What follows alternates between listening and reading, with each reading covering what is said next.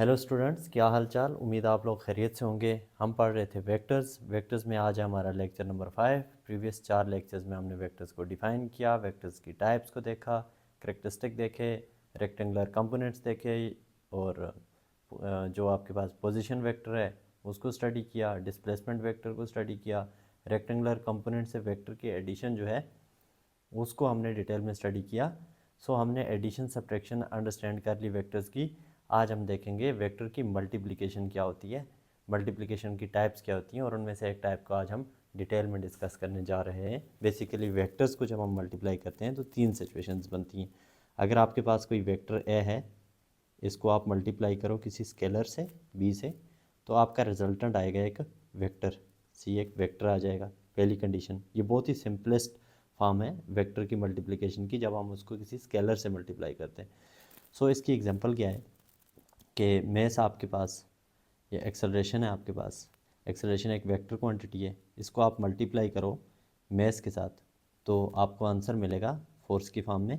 Newton second law भी यही कहता है। सो देखें, आपने एक वेक्टर को स्केलर से मल्टीप्लाई किया, आंसर आपके पास आ गया, एक वेक्टर आ गया। फॉर एग्जांपल आपके पास एक्सेलरेशन हो 2 मीटर पर सेकंड और मेस हो ऑब्जेक्ट का 1 kg या 2 kg के ले लें इसको 2 किलोग्राम, तो आंसर आपके पास आ जाएगा 4 किलोग्राम न्यूटन पर मीटर स्क्वायर, या फिर इसको सिंपली कहेंगे 4 न्यूटन।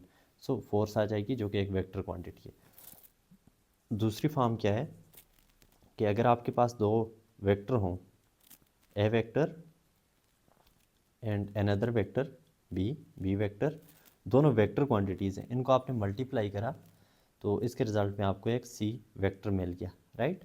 फॉर एग्जांपल आपने क्या करना है कि आर मोमेंट आर्म है, इसको आप फोर्स से मल्टीप्लाई करते हो तो आपको मिलता है टार्क टाउ। सो टार्क भी एक वेक्टर क्वांटिटी है। सो वेक्टर को वेक्टर से मल्टीप्लाई किया, वेक्टर मिल गया। फॉर एग्जांपल मोमेंट आर्म को आप फोर्स से मल्टीप्लाई करते हो तो उससे आपको टार्क मिलता है, इसको बोलते हैं वेक्टर प्रोडक्ट। इसको हम पढ़ेंगे नेक्स्ट क्लास में, वेक्टर वेक्टर प्रोडक्ट। सो ये दूसरी टाइप होगी। तीसरी क्या है इसकी मल्टीप्लिकेशन की टाइप, कि अगर आपके पास एक वेक्टर ए है, दूसरा भी वेक्टर है बी, हैं दोनों वेक्टर इस केस में, लेकिन रिजल्ट डिफरेंट आएंगे। सी आपके पास एक स्केलर आ जाता है, vector vector into vector, answer scalar, इसको बोलेंगे आप स्केलर प्रोडक्ट। एग्जांपल क्या है इसकी कि फोर्स आपके पास एक वेक्टर क्वांटिटी है, सॉरी मल्टीप्लाई का साइन नहीं डालेंगे, आगे इसकी कम्प्लिकेशन हम देखेंगे। फोर्स इनटू डिस्प्लेसमेंट, दोनों वेक्टर्स हैं, आंसर आपके पास आएगा वर्क। वर्क एक स्केलर क्वांटिटी है। सो आज हमने इसी को अंडरस्टैंड करना है। पहली टाइप क्या है, vector into scalar, answer vector. Vector into vector, answer vector, vector product. Vector into vector, answer scalar, इसी को बोलेंगे हम स्केलर प्रोडक्ट। और आज का हमारा टॉपिक यही है, इसी को अंडरस्टैंड करना है। हम इसको डिफ़ाइन करेंगे, बल्कि हमने डिफ़ाइन कर लिया है। हम इसके करेक्टरिस्टिक देखेंगे, स्पेशल केसेस देखेंगे और फिर एग्जांपल्स देखेंगे, 1 2 3 जो भी हम कर सके अपने टाइम के अंदर।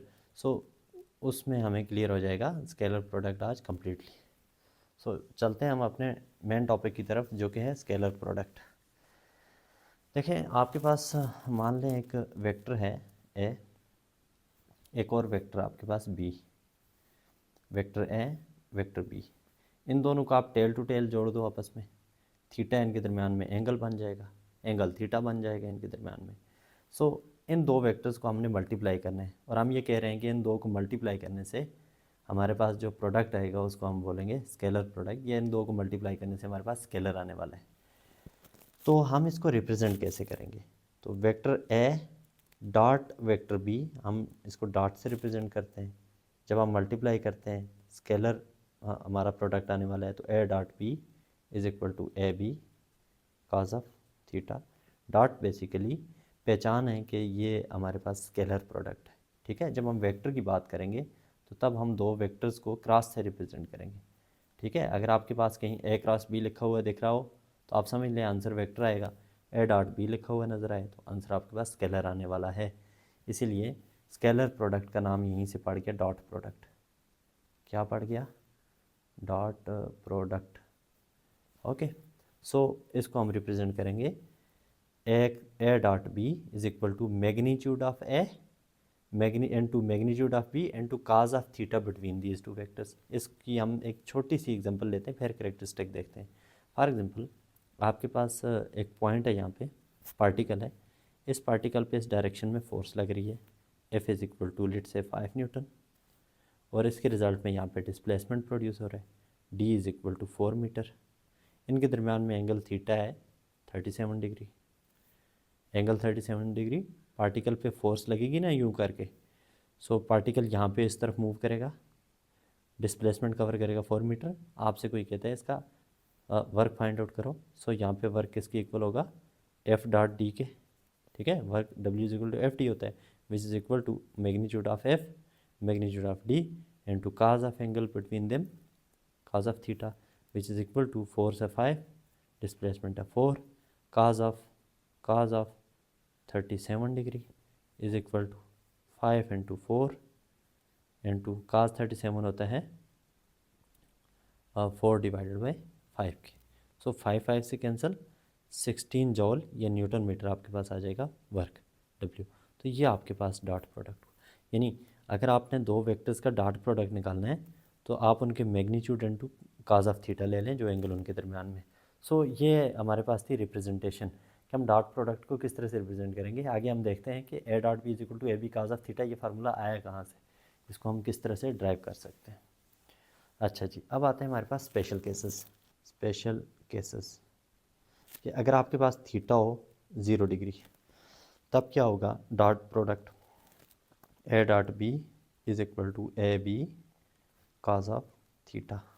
अगर थीटा 0 डिग्री हो then A dot B equal हो जाएगा 1 के ए बी के इक्वल हो जाएगा। कैसे होगा, देखें, A dot B is equal to A B cos of 0 degree हम इसको लिखेंगे ना, so which is equal to A B cos of 0 होता है 1 की equal, so A B into 1 is equal to A B, ये ए बी बन जाएगा आपके पास। दूसरा केस क्या है, case number 2, theta is equal to 180 degree. देखें ये केसेस आप याद रखेंगे तो आप बहुत सारी जगहों पे शॉर्ट क्वेश्चंस के आंसर दे देंगे। अगर आपको एमसीक्यू आ जाता है एग्ज़ाम में या किसी कॉम्पिटिटिव एग्ज़ाम में, तो वहाँ पे आप बहुत सारे आंसर दे सकते हैं इन कॉन्सेप्ट्स के बेस पे। थीटा अगर 180 हो तब स्केलर प्रोडक्ट कैसा होगा या डॉट प्रोडक्ट कैसा होगा, so A dot B is equal to A B cos of 180 degree. अच्छा, वहाँ पे आपको थीटा नहीं दिया होगा कि दो वेक्टर्स के दरमियान में एंगल 0 है, वहाँ आपसे वो ये पूछ सकते हैं कि two vectors are parallel, two vectors are anti parallel. Second case में, इस केस में क्या होगा, two vectors are anti parallel होंगे तो एंगल होगा 180 डिग्री, पैरेलल होंगे तो 0 डिग्री होगा, ठीक है। ये चीज़ें आपने खुद रिलेट करनी है, को रिलेट करनी है।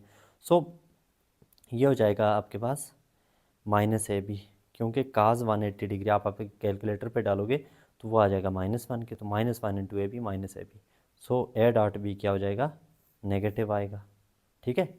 0 के केस में क्या आ जाएगा, ए डॉट बी पॉजिटिव आएगा, और maximum positive maximum value, negative maximum value. So तीसरा केस क्या है आपके पास, case number 3, case number 2, case number 3 क्या है, केस नंबर 3 ये कहता है when theta is equal to 90 degree, theta 90 degree हो तब क्या होगा, A dot B is equal to A B cos of 90 degree. Cos of 90 किसके इक्वल होता है, 0 की इक्वल होता है, सो ये हो जाएगा 0। ए डॉट बी कब 0 होगा, जब काज 90 हो। ये वो इस तरह से पूछ सकते, two vectors are mutually perpendicular, what is the dot product between these two vectors, so dot product will be equal to 0। तीसरा केस क्या है कि, बल्कि ये केस नहीं, दो एक कंडीशन और देख लेते हैं, जनरल कंडीशन देख, अगर थीटा हो ग्रेटर देन 90 डिग्री, ठीक है, then A dot B will be equal to negative, इसकी नेगेटिव वैल्यू आएगी। अगर थीटा आपके पास हो less than 90 degree, then A dot B क्या होगा, इसकी वैल्यू होगी पॉजिटिव। सो ये स्पेशल केसेस आपको समझ आ गए। तो आगे बढ़ते हैं, ये बहुत सिंपल थे, बट इनमें से जो क्वेश्चन आते हैं ना, वो क्वेश्चन घुमा फिरा के दिए जाते हैं। अगर आप उनको रिलेट करने के काबिल होगे ना, तो आप बहुत सारे डॉट प्रोडक्ट के जो एमसीक्यू होंगे, शॉर्ट क्वेश्चंस होंगे, इन स्पेशल केसेस से आप वो कर सकते हो। Physical interpretation of dot product. Physical interpretation.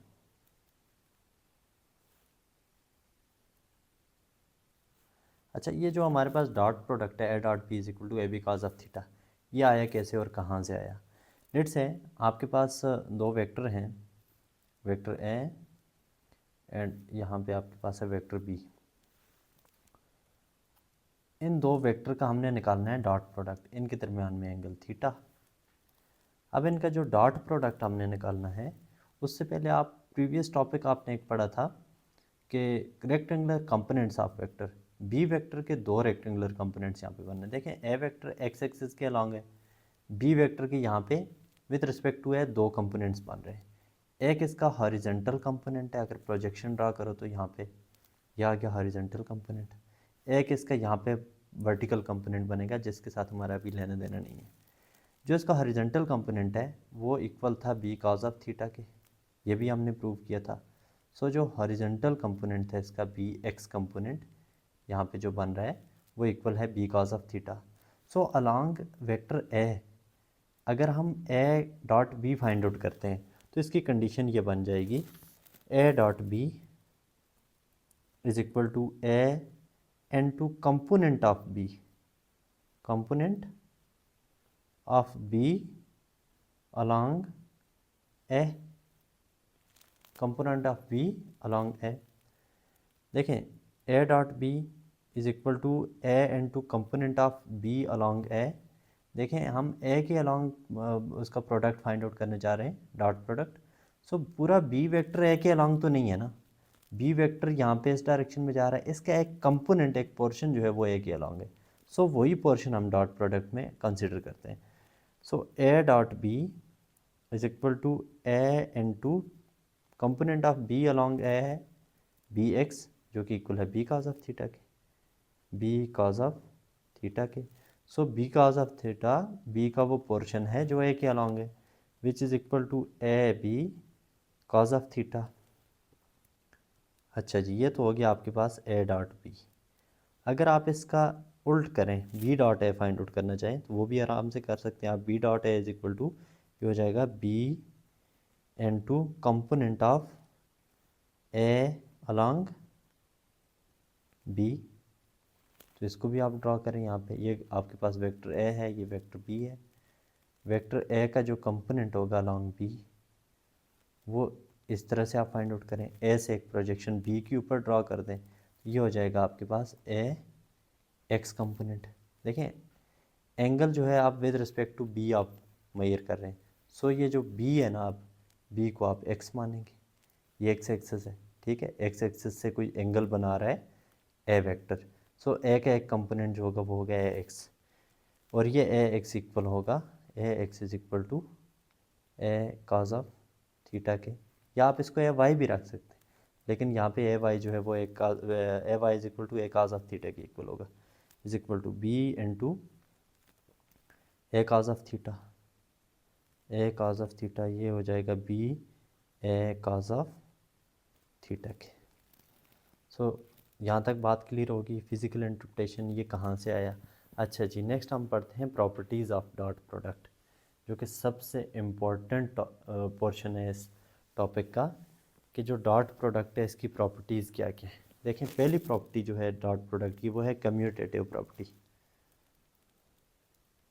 Commutative property कि A dot B is equal to B dot A dot B dot A की इक्वल है। देखें ए डॉट बी इक्वल होगा A B cos of theta के, और B dot A equal होगा B A cos of theta के। अभी हमने पीछे फिजिकल इंटरप्रिटेशन की। देखिए यहाँ पे दो वेक्टर्स हैं आपके पास, ये वेक्टर ए, ये वेक्टर बी, इन दो के दरमियान में एंगल है 45 डिग्री लेट से। इसका मैग्नीट्यूड है 2, इसका मैग्नीट्यूड भी क्या होगा 2 होगा। अच्छा जी, इस केस में वैल्यूज़ पुट करें इनकी, ए डॉट बी, ये बी डॉट ए आपने पुट करना है। ए की जगह 2, बी की जगह 2 into cos of 45, right, which is equal to B की जगह यहाँ पे क्या आ जाएगा 2, ए की जगह 2 इंटू काज ऑफ 45 डिग्री। देखें अगर आपके पास मैग्नीट्यूड है, यहाँ पे मैग्नीट्यूड हम चेंज कर लेते हैं, एक 3 कर लेते हैं ताकि डिफरेंट वैल्यूज़ आए। सो यहाँ पे 3 2 ज़ार 6, 2 3 ज़ार 6, ये हो जाएगा 6 cos of 45 is equal to 6 cos of 45। अब यहाँ पे cos ऑफ 45 की वैल्यू अगर आप पुट करें तो इस साइड पे भी वही cos 45 की वैल्यू आएगी same, 6 into cos 45, 6 into cos 45, दोनों इक्वल है। क्योंकि इसकी डायरेक्शन नहीं होती इसलिए A cos of theta is equal to sorry A dot B is equal to B dot A की इक्वल होता है, यही कम्यूटेटिव प्रॉपर्टी है इसकी। सो सेकंड प्रॉपर्टी इसकी क्या है, अगर दो वेक्टर म्यूचुअली परपेंडिकुलर है, ये हमने स्टार्ट में स्पेशल केसेस में भी डिस्कस किया, अगर दो वेक्टर म्यूचुअली परपेंडिकुलर हो, ए वेक्टर है यहाँ पे बी वेक्टर है, परपेंडिकुलर है, theta is equal to 90 degree, then A dot B will be equal to 0 के। तीसरी प्रॉपर्टी क्या है, क्योंकि काज 90 जो है वो 0 के इक्वल होता है। अच्छा जी, थर्ड प्रॉपर्टी क्या है कि दो वेक्टर अगर पैरेलल हो, ठीक है, या फिर सेल्फ प्रोडक्ट हम देख लेते हैं, अगर आपके पास एक वेक्टर ए है, इसी वेक्टर का ख़ुद के साथ डॉट प्रोडक्ट फाइंड आउट करोगे तो ये इक्वल होगा ए स्क्वायर के। क्यों? क्योंकि ए डॉट ए इक्वल होगा ए cos of 0 degree, parallel vector होगा ना, यानी एक वेक्टर ए है दूसरा भी ए होगा, सेम वेक्टर उसी की कॉपी करेंगे तो पैरेलल होगा, पैरेलल होगा तो एंगल 0 होगा, 0 एंगल होगा तो 1 आ जाएगा, ये इक्वल हो जाएगा ए काज ऑफ 0 1 के इक्वल होता है, which is equal to A square. So self product इसका क्या होता है, ए स्क्वायर के इक्वल होता है। अच्छा जी, नेक्स्ट हम क्या देखते हैं इसका, कि बल्कि यहीं पे जगह है हमारे पास, यहीं पे हम देखते हैं कि स्केलर जो प्रोडक्ट है इन टर्म ऑफ यूनिट वेक्टर्स या ऑर्थोगोनल वेक्टर्स। देखें, हमने प्रीवियस टॉपिक्स में बार बार ये चीज़ अंडरस्टैंड की थी कि आपके पास 3 एक्सेस होते हैं स्पेस में, उसमें जो एक्स एक्सेस है उसको आई यूनिट वेक्टर से रिप्रेजेंट करते हैं, वाई है उसको जे से, और जी एक्सेस को के यूनिट वेक्टर से रिप्रेजेंट करते हैं। सो इनका डॉट प्रोडक्ट किसके इक्वल होगा, अगर आप आई का सेल्फ डॉट प्रोडक्ट निकालो तो I dot I will be equal to 1, क्योंकि आई डॉट आई जो है वो इक्वल होगा आई काज ऑफ 0 डिग्री, क्योंकि अगर एक आई वेक्टर है दूसरा भी आई है तो दोनों एक्स एक्सेस के अलॉन्ग होंगे, थीटा उनके दरमियान में 0 होगा, तो ये इक्वल हो जाएगा आई का मैग्नीट्यूड 1, क्योंकि यूनिट वेक्टर का मैग्नीट्यूड 1 होता है, ये हमने बार बार डिफाइन किया, काज ऑफ 0 होता है 1, 1 into 1 into 1 is equal to 1, so I dot I is equal to 1। इसी तरह से J dot J equal to 1, K dot K is equal to 1। I hope ये दो आपको समझ आ गए होंगे। जे डॉट जे का मतलब क्या है कि एक जे ऊपर दूसरा ऊपर, थीटा 0, जे का अपना मैग्नीट्यूड 1, दूसरे जे का भी 1, काज ऑफ 0 1। सो ये तीनों सेल्फ प्रोडक्ट जो होता है ऑर्थोगोनल वेक्टर्स का, ये यूनिट वेक्टर्स का, वो इक्वल होता है 1 के।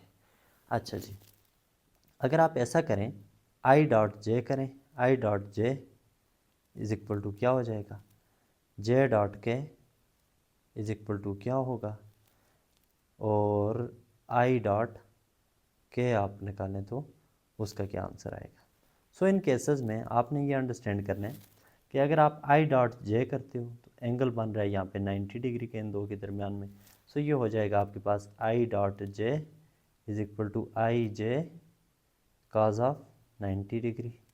सो ये इक्वल हो जाएगा 0 के, क्योंकि काज 90 0 होता है, आई और जे के दरमियान में एंगल कितना 90 डिग्री 0।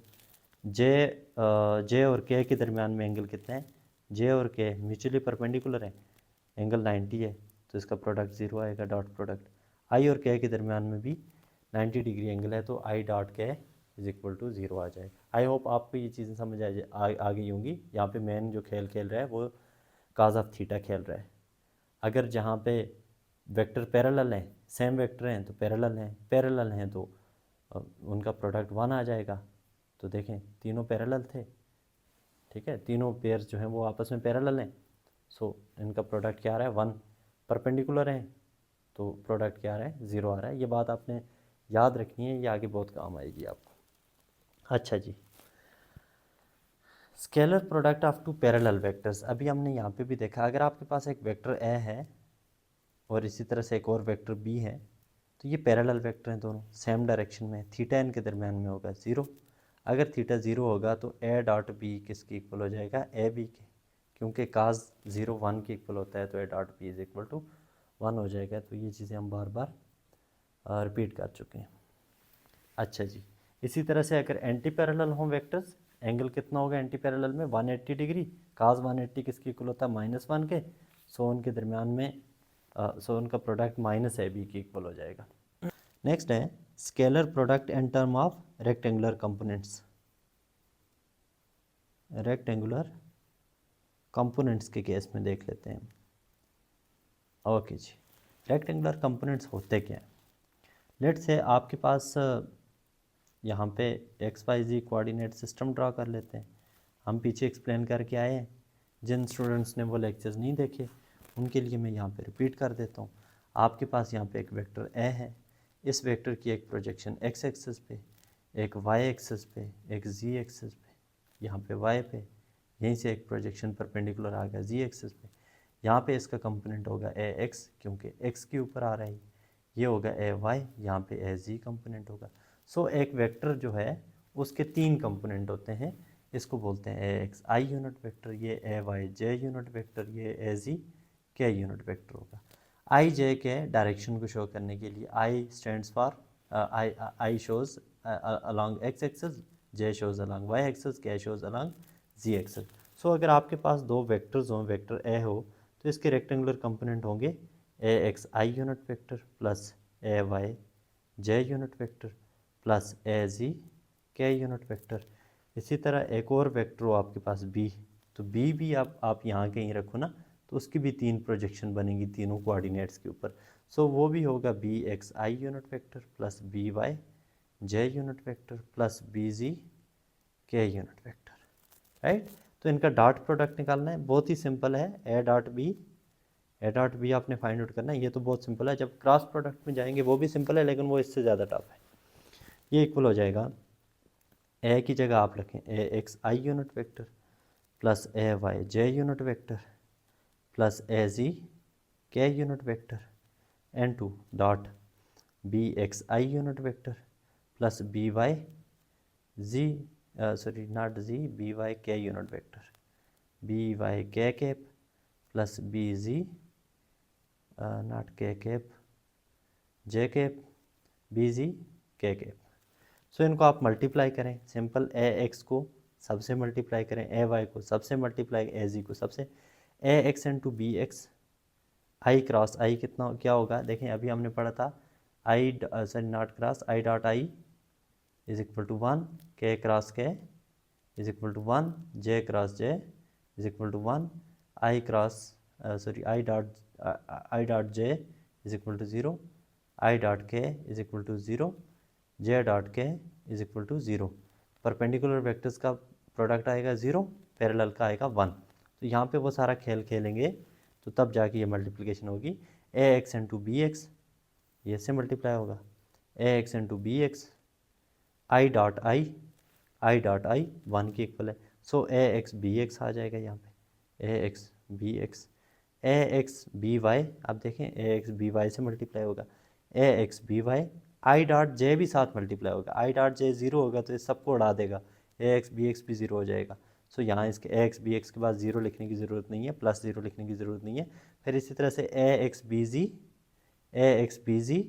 आई डॉट के किसकी इक्वल है 0 के, तो ये भी उड़ जाएगा, A Y B X J dot I 0 होगा, तो ये भी उड़ जाएगा, ए वाई बी वाई ये रहेगा, क्योंकि जे इंटू जे पैरेलल वेक्टर्स है, आंसर 1 आएगा। सो ए वाई बी वाई भी रहेगा, और प्लस अब ए जी जो है ना वो आई और जे से मल्टीप्लाई होकर 0 हो जाएगा, ए जी सिर्फ बी जी के साथ 1 आएगा, प्लस ए जी बी जी। अच्छा, आप ये सारी वैल्यूज़ 0 के साथ लिख सकते हो, लिखने के बाद सिंप्लीफाई कर सकते हो, लेकिन ये बहुत ही सिंपल है। सिंपली आप क्या करो, ए एक्स बी एक्स लिख दो, ए वाई बी वाई लिख दो, ए जी बी जी लिख दो, बाकी सारे 0 हो जाएंगे। और अगर आप इसको डिटेल में मल्टीप्लाई करोगे तो आपको बातें मज़ीद समझ आ जाएंगी। सो ये था आपके पास A dot B in term of rectangular components. तो अगर आपके पास रेक्टेंगुलर कंपोनेंट्स हैं तो उनके केस में क्या नाम है उसका, डॉट प्रोडक्ट कैसे फाइंड आउट कर सकते हो। अच्छा जी, नेक्स्ट क्या है, finding angle. Finding angle, finding angle between two vectors. देखो आपके पास हो यहाँ पे है ना, एक वेक्टर ए है, इसका मैग्नीट्यूड आपको दिया हुआ है एक्स वाई जी कुछ भी। जो आपके पास वेक्टर बी है, इसका मैग्नीट्यूड भी आपको दिया हुआ है एक्स वाई जी कुछ भी दिया हुआ है। तो इनके दरम्यान में एंगल थीटा जो है वो आपको अननोन है, वो फाइंड आउट करना है। तो डॉट प्रोडक्ट को यूज़ करके आप दो वेक्टर्स के दरम्यान में एंगल भी फाइंड आउट कर सकते हो। लेट्स से ये दो वेक्टर हैं, dot B is equal to A B cos of theta. यहाँ से कॉज ऑफ थीटा इक्वल हो जाएगा, cos of theta is equal to A dot A B, इधर डिवाइड हो जाएगा A dot B divided by A B which is equal to theta. So theta is equal to cos inverse of A dot B divided by A B. ठीक है, don't forget ऊपर इसके arrowhead भी डालते हैं क्योंकि ये वेक्टर्स हैं। सो यहाँ पे एंगल फाइंड आउट करने के लिए भी हम इसको यूज़ कर सकते हैं। अच्छा जी, अब लेते हैं एक एग्जांपल, और एग्जांपल से हमें बातें मज़ीद हो जाएंगी क्लियर। क्या है एग्जांपल, लेट से आपके पास दो वेक्टर्स हैं, हम ले लेते हैं एक वेक्टर ए के मैग्नीट्यूड हम ले लेते हैं आई जे और प्लस के, और वेक्टर बी है, बी का मैग्नीट्यूड है minus two I minus two J minus two के। आपको ये कहा जाता है फाइंड द प्रोडक्ट और angle between these to. Find the product, पहले आप ए और बी का प्रोडक्ट फाइंड आउट करो, थीटा एंगल फाइंड आउट करो इन दो वेक्टर्स के दरमियान में क्या होगा। सो एग्जांपल अच्छे से आप अंडरस्टैंड करें क्योंकि ये बहुत इंपॉर्टेंट है। इसमें आप दो कॉन्सेप्ट सीखोगे, एक तो आप ये सीख लोगे कि अगर आपको देखो दो वेक्टर दिए हुए हैं, एंगल नहीं पता आपको, आप इनके दरमियान में एंगल फाइंड आउट कर सकते हो। दूसरा ये है कि हम इनको मल्टीप्लाई करेंगे, डॉट प्रोडक्ट भी निकालेंगे इनका। ठीक है, एंगल फाइंड आउट करने से पहले डॉट प्रोडक्ट तो ऑब्वियस है वो निकालना है हमें। सो ये दो वेक्टर्स हैं, ड्रा करने की ज़रूरत नहीं, हम इनको डायरेक्ट कर लेते हैं। सो ए डॉट बी, हम डॉट प्रोडक्ट यूज़ करने हैं ना हमने, A B cos of theta, यहाँ से थीटा किसके इक्वल हो जाएगा, A dot B divided by A B, और यहाँ हो जाएगा काज इनवर्स, काज उधर जाके काज इनवर्स, ये वाला फार्मूला हमने यूज़ करना है। सो इसको बोल दो इक्वेशन नंबर 1। यहाँ पे हमें चाहिए A dot B find out करते हैं। ए की जगह उसकी वैल्यू लिख दो, I J K, I plus J plus K, dot B की जगह लिख दो minus two I minus two J minus two K is equal to I into I, मतलब यहाँ पे 1 है ना, 1 आई 1 जे 1 के, तो यहाँ पे I into minus two I, ये हो जाएगा माइनस टू होगा ना, आई एन टू आई 1 हो जाएगा तो ये माइनस टू रहेगा। जे को जे वाले से मल्टीप्लाई करो, जे एन टू जे माइनस टू हो जाएगा, जे एन टू जे 1 हो जाएगा, और के एन टू के 1 हो जाएगा, तो यहाँ पे माइनस टू बच जाएगा which is equal to minus six. So A dot B आपके पास क्या आ गया, माइनस सिक्स। दूसरी चीज़ आपने फाइंड आउट करनी है ए और बी का मैग्नीट्यूड। ए का मैग्नीट्यूड यहाँ पे आपको चाहिए ना, नीचे देखें ए और बी का मैग्नीट्यूड आपस में मल्टीप्लाई, ए का मैग्नीट्यूड इक्वल होगा, देखो ये इसका ए एक्स कंपोनेंट, ए वाई कंपोनेंट, ए जी कंपोनेंट। पाइथागोरियन थ्योरम क्या बोल रहा है कि आप इन तीनों के मैग्नीट्यूड को सम करके स्क्वायर रूट ले लो, ये हो जाएगा 1 प्लस 1 प्लस 1, इसका मैग्नीट्यूड 1, इसका भी 1, इसका भी 1। So A is equal to square root of 3। दूसरा आपने बी का मैग्नीट्यूड फाइंड आउट करना है, B is equal to square root of minus two plus into minus two plus into minus two, और इनका स्क्वायर भी ले लो साथ साथ, इज इक्वल टू ये हो जाएगा 4 इंटू 4 प्लस 4 प्लस 4, तो ये हो जाएगा आपके पास कितना होता है 12, विच इज़ इक्वल टू ये हो जाएगा 2 स्क्वायर रूट ऑफ 3। तो 12 को आप लिख सकते हो ना 4 इंटू 3, तो 4 को 2 का स्क्वायर लिखोगे तो 2 बाहर आ जाएगा, 2 स्क्वायर रूट ऑफ 3। तो बी का भी मैग्नीट्यूड आ गया आपके पास। देखो आपने ए डॉट बी की वैल्यू भी फाइंड आउट कर ली, ए का मैग्नीट्यूड, बी का भी, इसमें वैल्यूज़ पुट कर लो, थीटा आपके पास आ जाएगा। यहाँ से थीटा इक्वल हो जाएगा cos inverse of A dot B की जगह -6 डिवाइडेड बाय ए की जगह स्क्वायर रूट ऑफ 3, बी की जगह 2 स्क्वायर रूट ऑफ 3। तो यहाँ से हो जाएगा काज इनवर्स ऑफ -6 ऊपर as it is, square root of 3 into square root of 3 का स्क्वायर हो जाएगा, रूट कैंसिल हो जाएगा, 3 2 6 बच जाएगा नीचे, which is equal to cos inverse of -1। अच्छा जी, काज थीटा कितना हो, काज -1 होता है 180 हो, सो एंगल आ जाएगा 180 degree, theta is equal to 180 degree, या सिंपली आप कैलकुलेटर पे करोगे तो एंगल आ जाएगा 180। सो अगर ये वाले दो वेक्टर जो हैं, ये वेक्टर आपके पास ए था, यहाँ पे एक वेक्टर आपके पास है बी, या ए ये है, बी ये है, तो ये जो दो वेक्टर हमने एज्यूम किए थे ये बेसिकली इस तरह से हैं।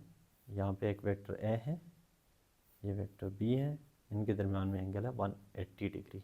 सो देखें यहाँ से देख के नहीं पता चल रहा ये वेक्टर कहाँ पे है, बट जब हम यहाँ पे एंगल निकाला ना इसी फार्मूला को यूज़ करके डॉट प्रोडक्ट को, तो हमें पता चल गया कि इन वेक्टर्स को जब हम टेल टू टेल जोड़ेंगे तो इनकी डायरेक्शंस क्या क्या होंगी। सो आई होप आपको यहाँ तक बात समझ आ गई होगी। और एग्जांपल ले लेते हैं।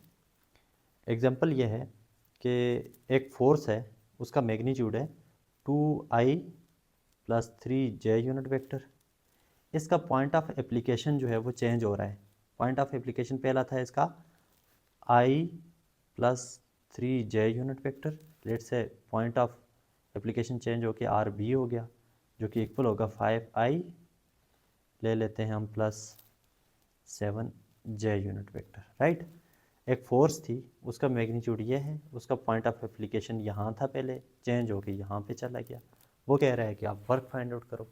इस केस में वर्क होगा ना, फोर्स का पॉइंट ऑफ एप्लीकेशन। लेट से यहाँ पे हम लगा देते हैं XY कोऑर्डिनेट सिस्टम। पहले फोर्स यहाँ पे लग रही थी, अब इसको बोलेंगे पॉइंट ऑफ एप्लीकेशन ए। अब फोर्स यहाँ पे लग रही है, ये हो जाएगा RB। अगर किसी पार्टिकल पे फोर्स यहाँ पे लग रही थी, आप उस पार्टिकल को मूव करवा के फोर्स यहाँ पे ले गई, तो डिस्प्लेस किया ना, तो यहाँ से जो पोजीशन वेक्टर बन रहे हैं ना दोनों पॉइंट्स के, वो ये बन रहे हैं। ये आपके पास RA है, ये RB है, RB का पोजीशन वेक्टर है। सो यहाँ से यहाँ तक पार्टिकल को मूव करवाने में कितना वर्क हुआ, वो वर्क हमने फाइंड आउट करना है। सो वर्क इक्वल होता है F.D के इक्वल, ठीक है। F.D एंगल हमें नहीं दिया हुआ, तो हम यहाँ पे थीटा कंसीडर नहीं करेंगे। सो F हमने डॉट प्रोडक्ट निकालना है। फोर्स हमारे पास मौजूद है, डी हमारे पास 2 है यहाँ पे। सो डी हमने कौन सा फाइंड आउट करना है। देखिए पोजीशन वेक्टर का हमने टॉपिक पढ़ा था, डिस्प्लेसमेंट वेक्टर का, उसमें 20-25 मिनट की पूरी वीडियो की मैंने, उसमें 1-2 एग्जांपल्स भी सॉल्व किए हैं। उसको अगर आप अंडरस्टैंड करेंगे तो आपको ये अंडरस्टैंड हो जाएगा। सो यहाँ पे से लेकर यहाँ तक का डिस्प्लेसमेंट आपने निकालना है। इसको बोल दो इक्वेशन नंबर 1। यहाँ पे डिस्प्लेसमेंट इक्वल होगा RB माइनस RA के second vector minus first position vector. Second position vector आपके पास है 5i + 7j unit vector, minus first है i + 3j यूनिट वेक्टर। तो इसको सब्ट्रैक्ट करो, 5i - i 4i, i वाले i से, 7j - 3j + 4j unit vector. So displacement आपके पास आ गया 4i + 4j। फोर्स आपके पास मौजूद है, तो इसके अंदर फार्मूलाज पुट कर लो। फोर्स की जगह 2i + 3j unit vector dot, अब डॉट प्रोडक्ट निकालना है ना यहाँ पे, 4i + 4j unit vector. So i वालों को i वालों से, j वालों को j वाले से मल्टीप्लाई कर दो, 4 2 8, i × i 1 हो जाएगा, प्लस 3 4 12, i × j 1 हो जाएगा। ये इक्वल हो जाएगा 20 न्यूटन मीटर, या 20 जॉल आपके पास आ जाएगा वर्क। ये सिंपली 20 न्यूटन हो जाएगा, यूनिट्स हो जाएगा, क्योंकि ऊपर हमें फोर्स का और इसके यूनिट नहीं दिए हुए। अगर यहाँ पे न्यूटन हो, यहाँ पे मीटर हो डिस्प्लेसमेंट का यूनिट, तो ये न्यूटन मीटर हो जाएगा। So work is equal to 20 units. So I hope आपको बात समझ आई होगी। आज हमने क्या किया, एक तो स्केलर को डिफाइन किया, स्केलर प्रोडक्ट को हमने डिफाइन किया, इसको हमने कहा कि ये डॉट प्रोडक्ट है। क्यों डॉट प्रोडक्ट है ये भी देखा, इसकी फिजिकल इंटरप्रिटेशन की, ठीक है। और फिर हमने करेक्टरिस्टिक देखे डॉट प्रोडक्ट के कि जी अगर दो वेक्टर हों वो परपेंडिकुलर हों तो डॉट प्रोडक्ट कैसा आएगा, अगर दो वेक्टर पैरेलल हों डॉट प्रोडक्ट कैसा आएगा।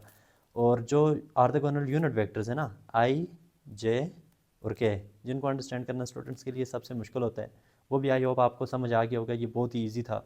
आई जे और के, आई जे और के तीनों एक दूसरे के साथ म्यूचुअली क्या होते हैं, परपेंडिकुलर होते हैं वेक्टर्स, ठीक है। यहाँ पे ये आपके पास है ना 3 एक्सेस में है ना, ये आई है, ये जे है, ये के, तीनों के दरमियान में एंगल कितना होता है 90 डिग्री। तो ये आपने अंडरस्टैंड करना है। अगर आपको ये बात समझ आ गई, A dot B is equal to A cos of A B cos of theta, यहाँ पे जो काज ऑफ थीटा वो सारी गेम खेल रहा है, तो आपको ये बात समझ आ जाएगी। अगर आपसे कोई जे डॉट के, के डॉट जे डॉट जे, आई डॉट आई, के डॉट के पूछते हैं तो आपको ये बातें अच्छे से समझ आ जाएंगी। ये तीनों होते हैं म्यूचुअली परपेंडिकुलर, ये भी आपने लर्न किया। एक दो अच्छी सी एग्जांपल्स देखी, आई होप आपको टॉपिक समझ आ गया होगा। मज़ीद अगर आपकी कोई कन्फ्यूजन है आप कमेंट करके मुझसे पूछ सकते हैं। और नेक्स्ट हम पढ़ेंगे क्रॉस प्रोडक्ट आने वाले लेक्चर में।